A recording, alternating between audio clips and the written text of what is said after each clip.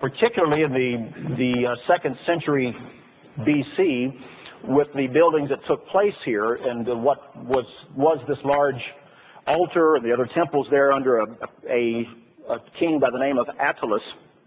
This region was built up during a period of time and became again just a center of religion and a center of political power for the Roman Empire that lasted as long as the empire itself lasted.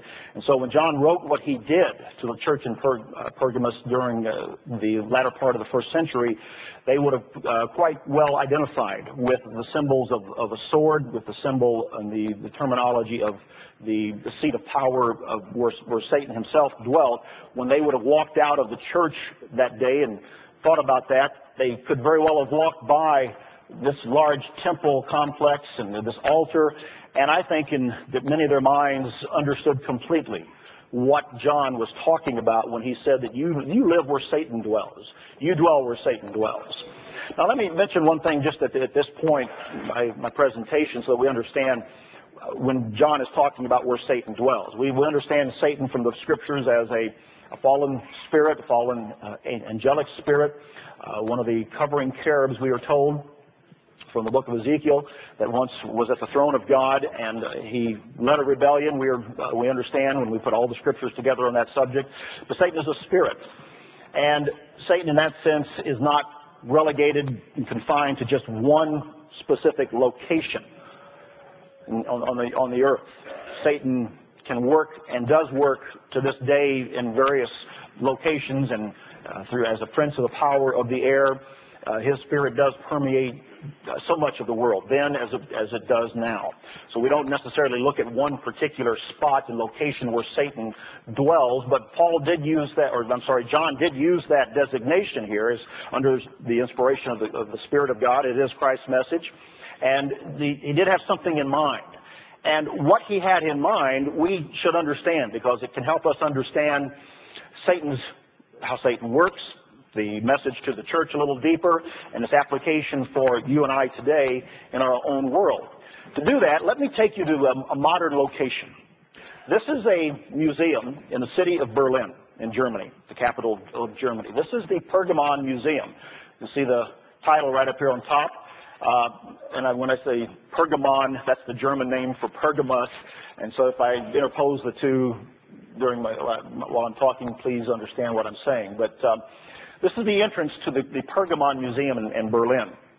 I had the opportunity to make a trip there back in September before the feast, and Paul Kiefer, our minister in Germany, a resident senior minister there, took me into Berlin. We had 3 days, and one of the sites that I wanted to see was this museum, because within this museum, built almost especially for this one artifact, is the actual altar of Zeus from the ancient city of Pergamos that I showed you at least the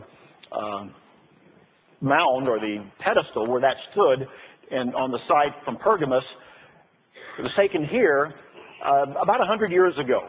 In the late 1800s, the ancient city of Pergamos was being razed, and they were burning ancient bricks and buildings to gain limestone for modern building out of it. And the Germans, interested in archaeology and the biblical world in that period, wanted to gain something for their own use in Berlin, or in Germany.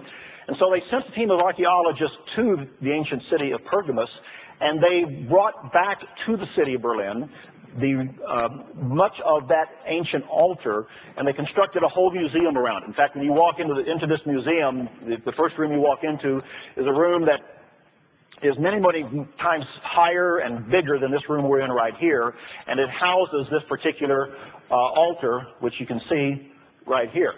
This is the altar of Zeus from the city of Pergamos, as it exists now inside this museum in Berlin. You walk into this room and it just takes your breath away in one sense. This is the front facade of this particular temple, and people are walking around. You can get radio-controlled listening devices to help you explain what you're seeing as you walk around through this exhibit in the museum. Also within the museum is a part of the Ishtar Gate from the ancient city of Babylon, which is fascinating to see itself. But this is the centerpiece of the entire museum.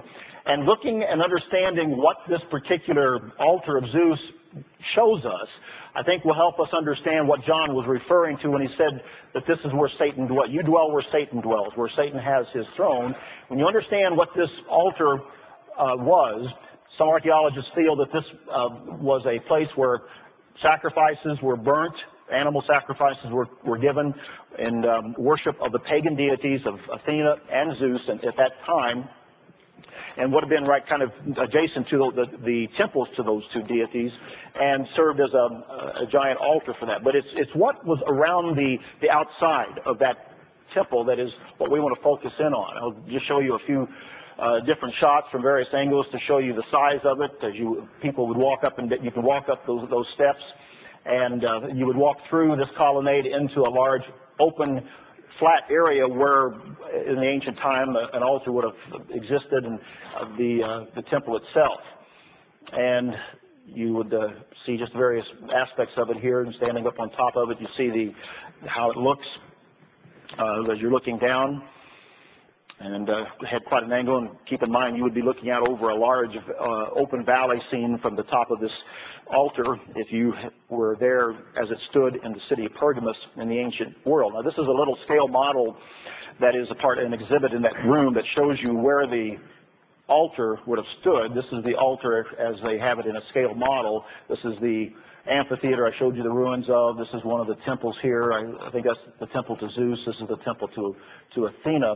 And the top of this mountain residential area, and then the altar itself stood right down here. This is how they have depicted the way it looks, and that's another view of it that opened to the front. And then this is a second larger representation of it that you can look at in a glass enclosure there within the room. And you see along the outside of it are these a frieze of various depictions that we're going to look at very closely here of deities and gods and a great battle and titanic struggle that took place from the ancient world. This is a close-up of what we are looking at, again, just to kind of show you how the entire temple would have been ringed by the scene that they put into it.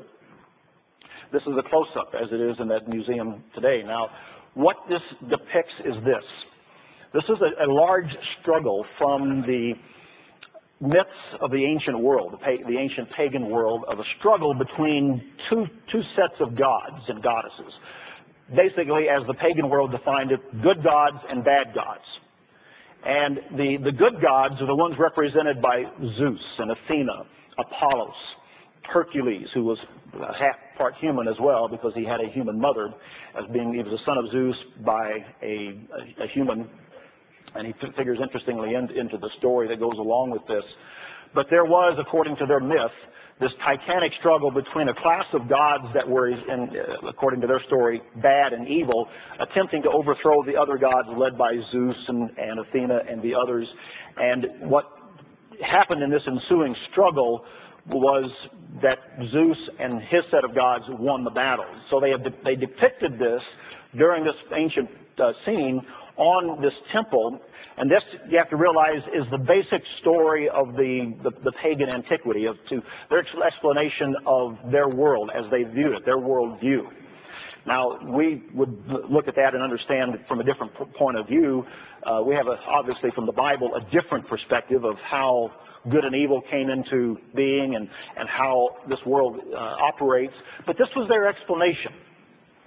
And it is a depiction of those whom they worshipped, gods and goddesses. And you walk along and you see all of these various depictions here of this struggle that is taking place and the various poses and scenes within battle that is taking place here. This is a torso, a portion of a torso here, and another being that is dominating the one is on the ground.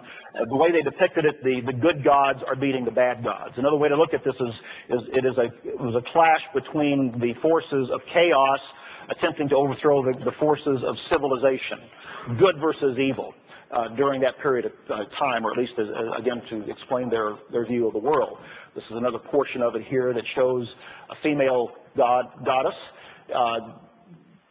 defeating a bad god as he is on his knees here, and you'll see that God here has a